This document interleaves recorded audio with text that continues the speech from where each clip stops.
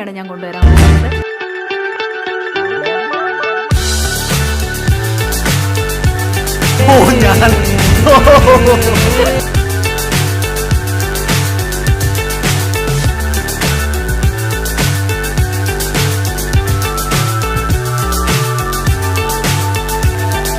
ഞാൻ പറഞ്ഞില്ലേ ഷെയ്ൻ്റെ അമ്മേനെയാണ് ഞങ്ങൾ കൊണ്ടുവന്നിരിക്കുന്നതെന്ന്. അതെ, വെയിൽ എന്ന സിനിമയിലെ ഷെയ്ൻ നിഗം ചെയ്ത ക്യാരക്ടറിന്റെ അമ്മയാണ് ഇരിക്കുന്നത്. ചേച്ചി, ശ്രീരേഖ ചേച്ചി, welcome to milestone makers presenting shine up with Shane Nigam. Thank you Meera. മകനുമായിട്ട് ഇതേ ഇങ്ങനെ അടുത്തിരിക്കുമ്പോൾ ഒരു അമ്മ എന്ന നിലയിൽ എത്ര ഹാപ്പിയാണ്? അവൻ കുറച്ചുകൂടെ പൊക്കം വെച്ചു, ഗ്ലാമറായി. പിന്നെ +2 കഴിഞ്ഞ് നിൽക്കുന്ന സമയമായിരുന്നു.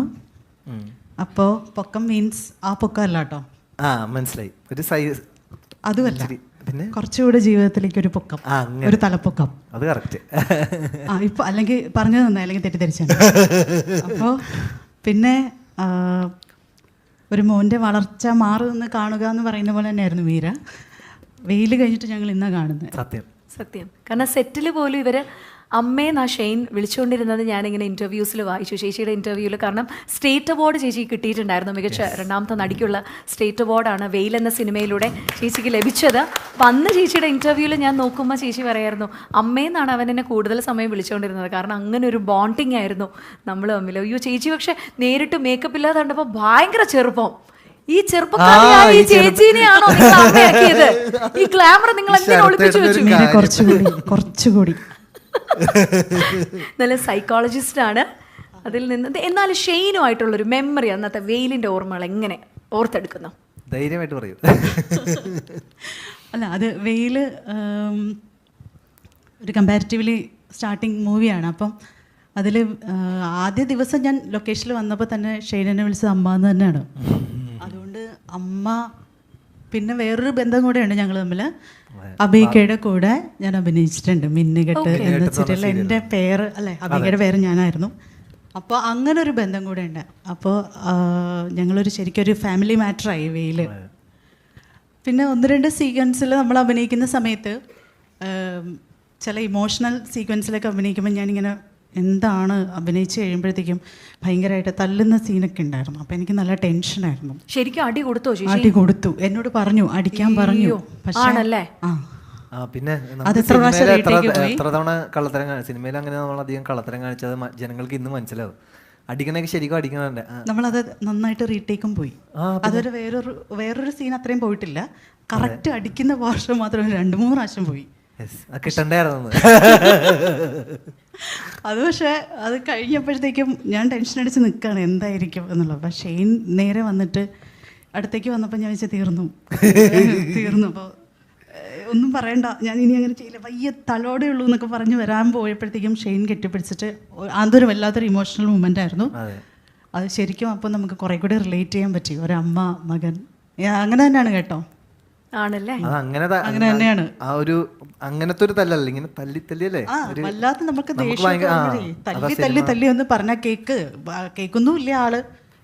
എനിക്ക് തോന്നുന്നു അതുമല്ലേ ഈ ഒരു ക്യാരക്ടർ ആവുന്നതിന് മുമ്പ് ഷെയ്ൻ ഇങ്ങനെ ഉൾവലിഞ്ഞ് മാറിയിരുന്ന് ആ ക്യാരക്ടറിലേക്ക് ഇങ്ങനെ താതാത്മ്യം പ്രാപിക്കാന്നൊരു സംഭവം ചെയ്യാറുണ്ടോ? അതോ പെട്ടെന്ന് വെറുതെ ചില്ലായിട്ടിരുന്നിട്ട് സ്റ്റാർട്ട് ക്യാമറ റോളിംഗ് ആക്ഷൻ പറയുമ്പോൾ ചാടിക്കേറി ക്യാരക്ടർ ആവുകയാണോ? എങ്ങനെയാണ് ആ ട്രാൻസ്ഫോർമേഷൻ? അത് ഷെയ്ന് മാത്രം അറിയാവുന്നൊരു കാര്യമാണ്. മൂഡ് പോലെ ഇരിക്കും.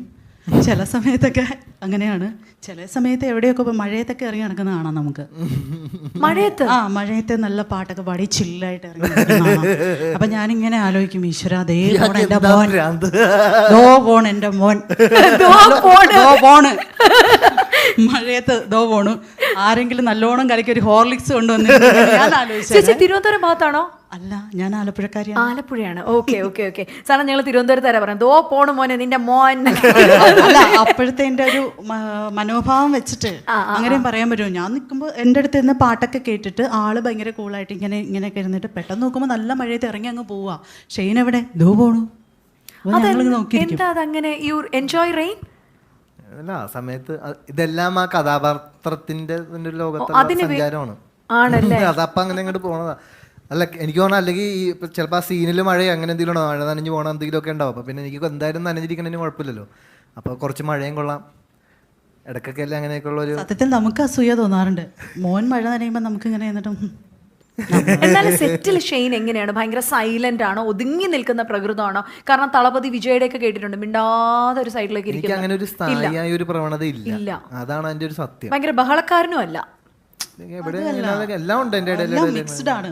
എൻ്റെ മോൻ മിക്സ്ഡ് ആണ്. എന്നാലും മിക്സഡ് ന്യൂഡിൽസ്. എന്നാൽ ഒരു സൈക്കോളജിസ്റ്റ് എന്ന നിലയിൽ ഷെയ്നെ ഒന്ന് അസസ് ചെയ്യാൻ പറഞ്ഞ, കാരണം സൈക്കോളജിസ്റ്റ് ആണ്, ഒന്നുമില്ല, ഷെയ്നെ ഒന്ന് അസസ് ചെയ്താൽ, ഷെയ്ൻ എന്ന് പറയുന്ന ആള് മാത്രമേ ഉള്ളൂ, മകൻ എന്നുള്ളത് ഞങ്ങൾ കുറച്ച് സമയത്തേക്ക് ഒന്ന് മാറ്റി വെക്കുകയാണ്. ആസ് എ സൈക്കോളജിസ്റ്റ് ശ്രീരേഖ ചേച്ചി നമ്മളൊന്ന് മാറ്റാൻ പോവാണ്. എങ്ങനെ അസസ് ചെയ്യും ഷെയ്നെ? എനിക്ക് ഭയങ്കര ഇഷ്ടമുള്ള ഒരാളാണ്. ഭയങ്കര കൂളസ്റ്റ് പേഴ്സൺ എന്നൊക്കെ പറയുന്നത് നമ്മൾ എല്ലാ സമയത്തും കൂളായിട്ടിരിക്കാൻ പറ്റില്ലല്ലോ. നമുക്ക് പല ഭാവങ്ങളില്ലേ, അതുപോലെ ഷെയ്ന് പല ഭാവങ്ങളുണ്ട്. അതിൽ മിക്ക സമയം നമ്മൾ ഈ എന്താ പറയുക, ഏറ്റവും കൂടുതൽ ഇങ്ങനെ ഡിഫറെൻ്റായിട്ട് ചെയ്യുന്ന ആൾക്കാരാണ് കുറേ കൂടി നാച്ചുറലായിട്ടുള്ള ആൾക്കാരെന്ന് കേട്ടിട്ടുണ്ട്. അങ്ങനെ ഒരാളായിട്ടാണ് എനിക്ക് തോന്നിയത്. എനിക്ക് ഭയങ്കര ഇഷ്ടമായിരുന്നു അങ്ങനെ കണ്ടിരിക്കാനൊക്കെ. നല്ല രസമാണല്ലോ. അങ്ങനെ ഒരു സ്ഥിരം എനിക്ക് തോന്നുന്നില്ല ചേച്ചി, അങ്ങനെ എല്ലാവർക്കും ഒരൊറ്റ രീതിയിലുള്ള ഒരു ഇതുണ്ടാവും എന്ന് എനിക്ക് തോന്നുന്നില്ല. അങ്ങനെ ഉണ്ടെന്നുണ്ടെങ്കിൽ അത് അവർ പുറത്ത് കാണിക്കാൻ ശ്രമിക്കുന്ന ഒരു സാധനമായിരിക്കും അത്. അല്ലാതെ എല്ലാവർക്കും ഉണ്ടാവില്ല വേരിയേഷൻ. നമ്മളിപ്പോൾ നോക്കിക്കഴിഞ്ഞ് കഴിഞ്ഞാൽ പ്രകൃതിയിലേക്ക് നോക്കിക്കഴിഞ്ഞാൽ എല്ലാ ജീവജാലങ്ങൾക്കും അതുണ്ട്. ഇപ്പം പിന്നെ മനുഷ്യർക്കും അത് ഉണ്ടാവില്ലേ?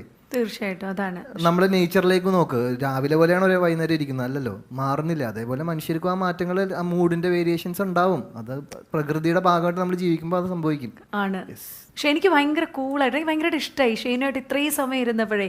എന്തായാലും ദേ ഏറ്റവും വലിയ ഹിറ്റ് ജോഡി ഇരിപ്പുണ്ട് ഷെയ്ൻ്റെ, മഹിമയുണ്ട്. മരുമോൾ എങ്ങനെയുണ്ട്? അങ്ങനെയല്ല കേട്ടോ, വെയിൽ എന്ന സിനിമയിലെ ഷെയ്ൻ്റെ അമ്മ എന്നുള്ള നിലയിലാണ് ഞാൻ ചോദിച്ചേക്കുന്നത്. അങ്ങനെ ഇത് കണക്ട് ചെയ്യണം. വെയിലിൽ നിന്ന് RDXലേക്ക് അല്ല ലിറ്റിൽ ആർട്സിലേക്ക് ഇപ്പൊ ഒരു പാലം ഇടേണ്ടി വരും. അതെ. അല്ല, അപ്പൊ ശരിക്കും വെയിലില് എന്റെ വേറൊരു മരുമോളുണ്ടായിരുന്നു. അതിനെന്ത് പറ്റി?